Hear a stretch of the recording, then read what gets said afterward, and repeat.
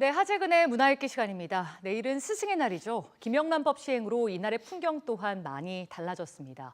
하재근 문화평론가와 이에 대한 자세한 이야기 나눠보겠습니다. 어서 오시죠. 안녕하세요. 네, 방금도 얘기했던 것처럼 스승의 날이라고 하면 우리가 예전에는 어버이날처럼 선생님께 카네이션을 드리거나 소정의 선물 같은 거를 좀 마련해서 드리곤 했는데 이제 그런 개인적인 선물들은 모두 금지가 됐죠. 네, 청탁 금지법 때문에 먼저 카네이션 꽃을 말씀드리면 네. 학생이나 학부모가 교사에게 개인적으로 꽃을 드리는 것은 안 됩니다.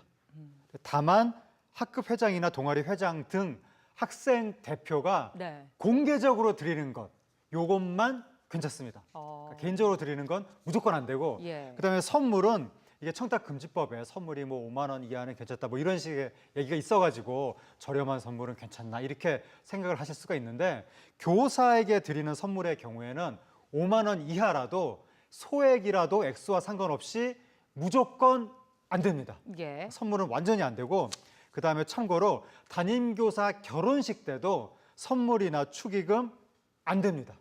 그냥 무조건 안 됩니다. 뭐 원천적으로 전면 금지시킨 완전히 안 거네요. 됩니다. 네, 완전히 예. 안 되는데 다만 현재 선생님 말고 과거의 선생님, 지금 나를 가르치지 않는 선생님, 예. 과거의 선생님께는 소정의 선물을 드려도 됩니다. 현재 가르치는 선생님한테는 안 됩니다. 교과목 선생님이나 담임교사 할 것 없이. 예. 그리고 또 이제 유치원도 청탁금지법의 적용 대상이기 때문에 유치원에서도 선물이 안 됩니다. 예. 근데 다만 어린이집은 적용 대상이 아니라서 어린이집은 이제 선물을 할 수도 있고 그러다 보니까 어린이집에 아이들을 보내는 학부모님들 같은 경우에는 아유 또 이번에 어떻게 해야 되나 그런 고민이 깊어지고 있다고 합니다. 네, 혼란스러운 부분들이 있을 것 같네요. 네네.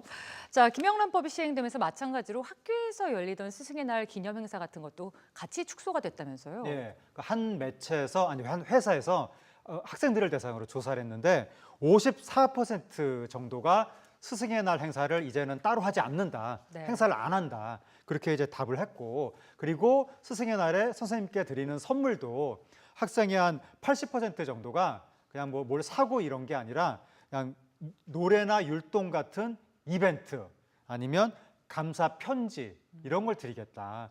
그러니까 그 과거보다 그러니까 한 몇 년 전보다 예. 스승의 날의 여러 가지 행사들이 훨씬 조촐해졌다라고 할 수가 있고 이제 그럼에도 불구하고 스승의 날이니까 뭔가를 해야지라고 생각하는 것 자체가 스트레스고 그리고 또 이제 선생님 입장에서도 그걸 받는 것도 스트레스고 하다 보니까 아예 그냥 휴업하자.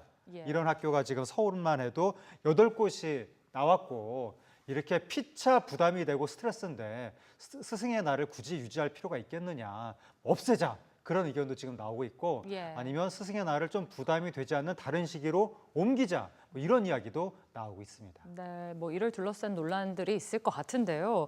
스승의 날이 되면서 교권 침해 문제 또한 다시 제기가 되고 있습니다. 요즘 가장 문제시되는 게 스마트폰이다 이런 말이 있어요. 네, 스마트폰이 생긴 다음에 과거보다 확실히 심해졌다 이런 얘기가 나오는데 스마트폰이 촬영 기술이 뛰어나잖아요. 예. 그 스마트폰으로 선생님을 자꾸 촬영하는 경우가 나타나서 선생님들이 이제 그 감시받는 느낌이 든다.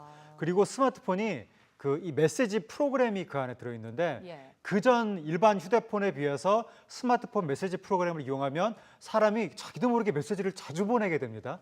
굉장히 진입 장벽이 낮아가지고 예. 그리고 단체 그 채팅방, 단체 메시지방 이거 만들면 정말 메시지가 폭주하게 되고 그래서 교사한테 학부모님들 민원이라든가 메시지가 너무 많이 들어와가지고 예. 교사들이 그거 받느라고 계속 민원에 휘둘리면서 스트레스를 굉장히 많이 받게 되고 또 일부 학부모님들의 경우에는 이제 교사한테 스마트폰으로 준비물이 뭐냐, 뭐 숙제가 뭐냐 이런 걸 자꾸 물어보시니까 교사가 이제 너무 스트레스를 많이 받는다. 그래서 일부 교사의 경우에는 아예 업무용 휴대폰을 따로 만들어가지고 메시지 받다가 퇴근할 때는 그 스마트폰을 학교에 두고 가는 경우도 있다고 하는데 예. 해외는 교사의 개인 번호를 아예 학부모한테 알려주지 않고 보호하는 경우도 있다고 하니까 예. 우리나라도 교사의 인권과 교권을 보호하기 위해서는 이 스마트폰 부분을 어떻게 해야 될지 이건 한번 고민을 해봐야 될 것 같습니다. 예, 일면 이해가 되는 부분도 있는 게 한번 네. 사례들 살펴보니까 교사의 개인사를 물어본 학부모님들도 굉장히 많더라고요. 그렇죠. 이렇게 교권 침해 문제로 상담을 받는 선생님들도 많아지고 있다면서요. 네, 교총에서 집계한 게 교권 침해 상담 사례를 보면 2007년에 비해서 2017년에 상담 사례가 2.5배가 늘어났습니다.